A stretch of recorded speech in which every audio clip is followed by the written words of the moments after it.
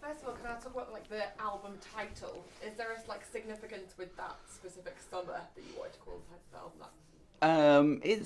It's weird because there's yes and no. Like the kind of, I thought because I wanted to make an album which was like more similar to the stuff I was doing when I like was like a bedroom kind of producer. I thought like, it's a nice kind of like the year 2008 seems long enough ago to kind of be like, oh, remember that.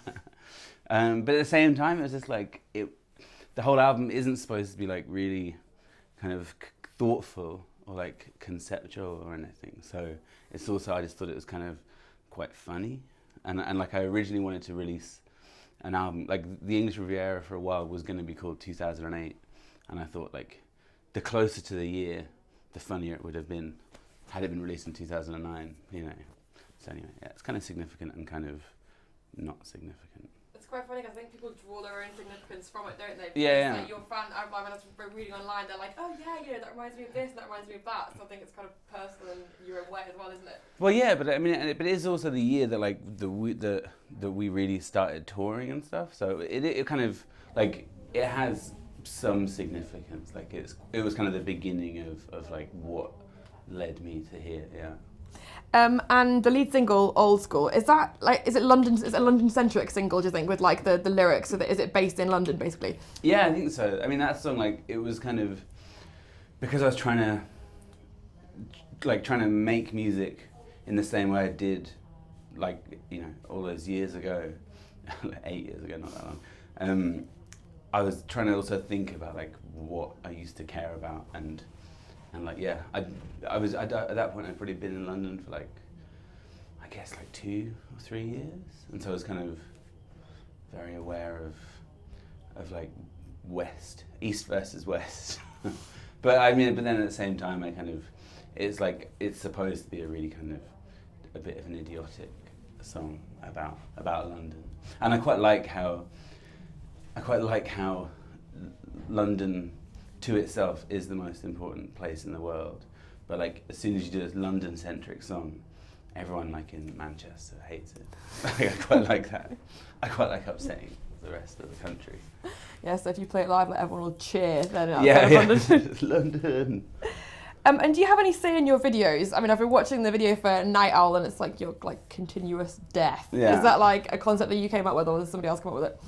No, that was the video's done by Quentin. I never know how to say his second name.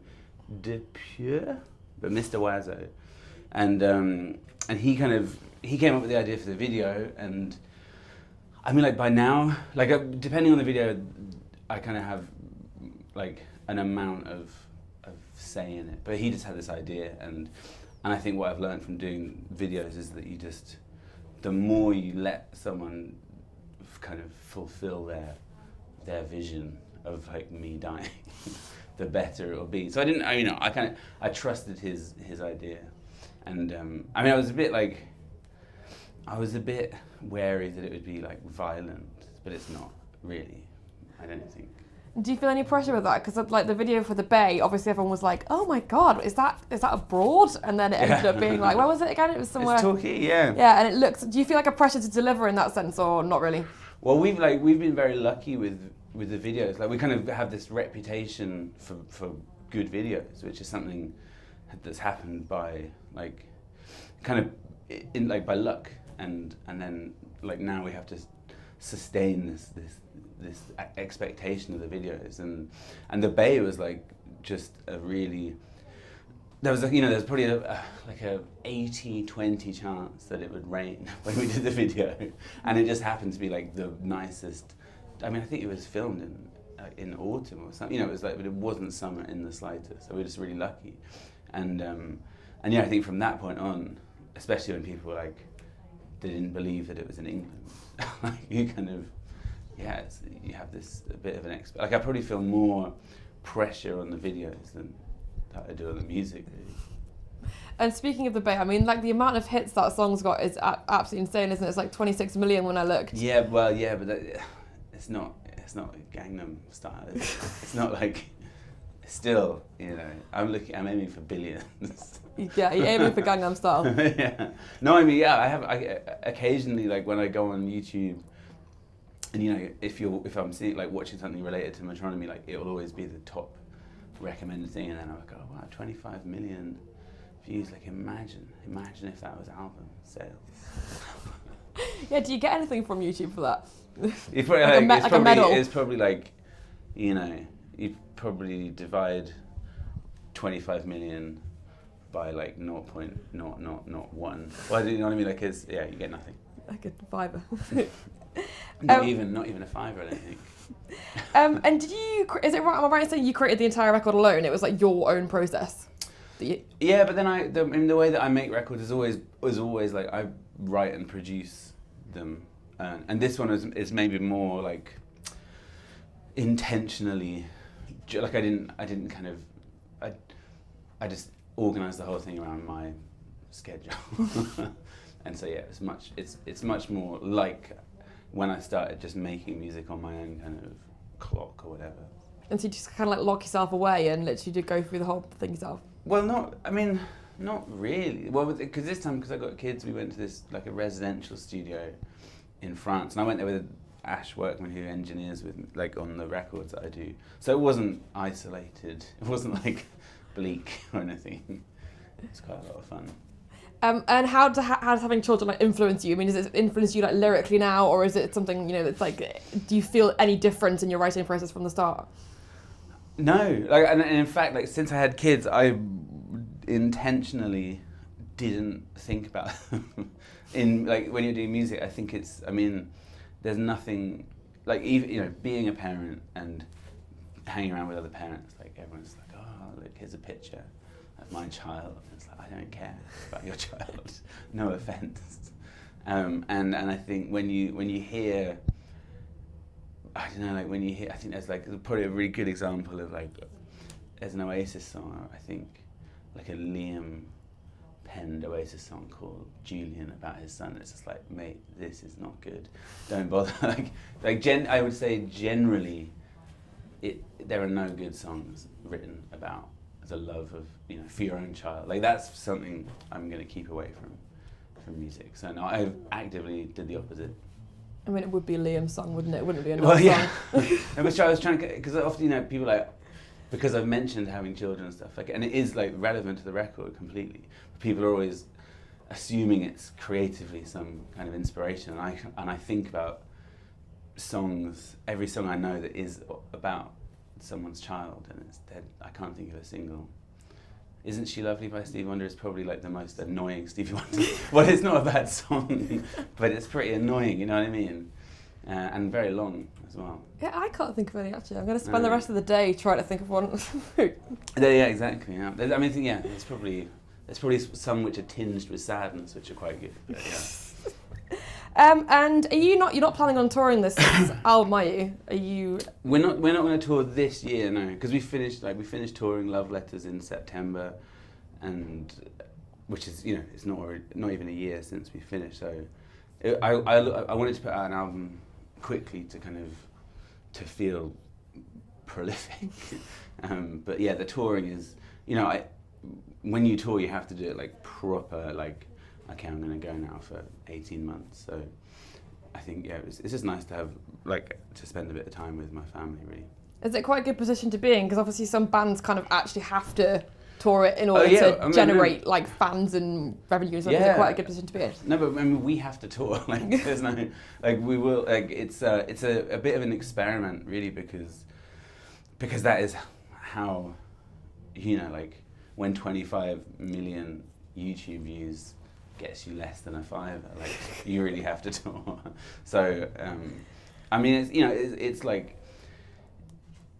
if bands toured less, they would release more music, and that is kind of, you know, that's what I'm trying to do, like, release more music and just tour a bit less for now. But we're going to tour next year, I'm sure.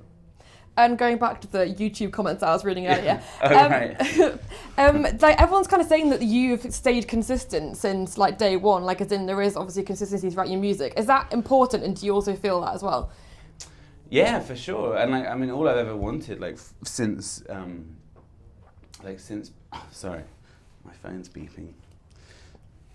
All I've ever wanted since I got like a record released was to have a number of records released, and you kind of you see what happens to other bands, and you see how your kind of idols or whatever did it, and yeah, being consistent is the thing, and I feel very lucky really to have got to 5 records and to like for none of them to be really bad.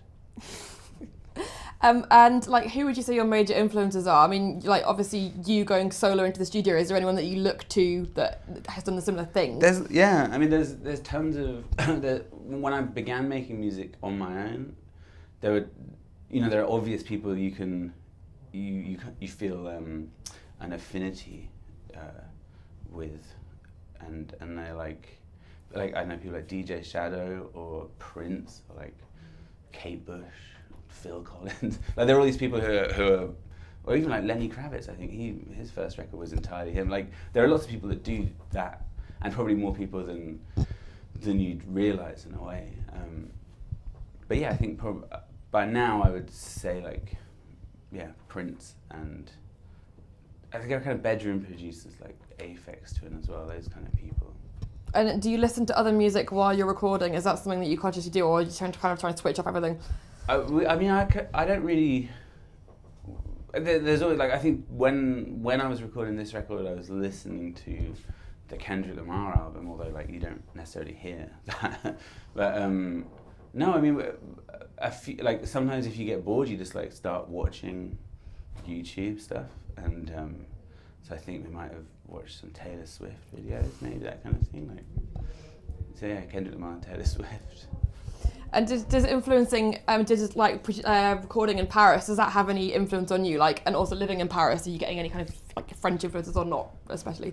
I think like since I've been there, because my girlfriend is French, I suddenly have this whole like knowledge of French music, which I didn't have before, and I think that has rubbed off. But more than anything, not being in England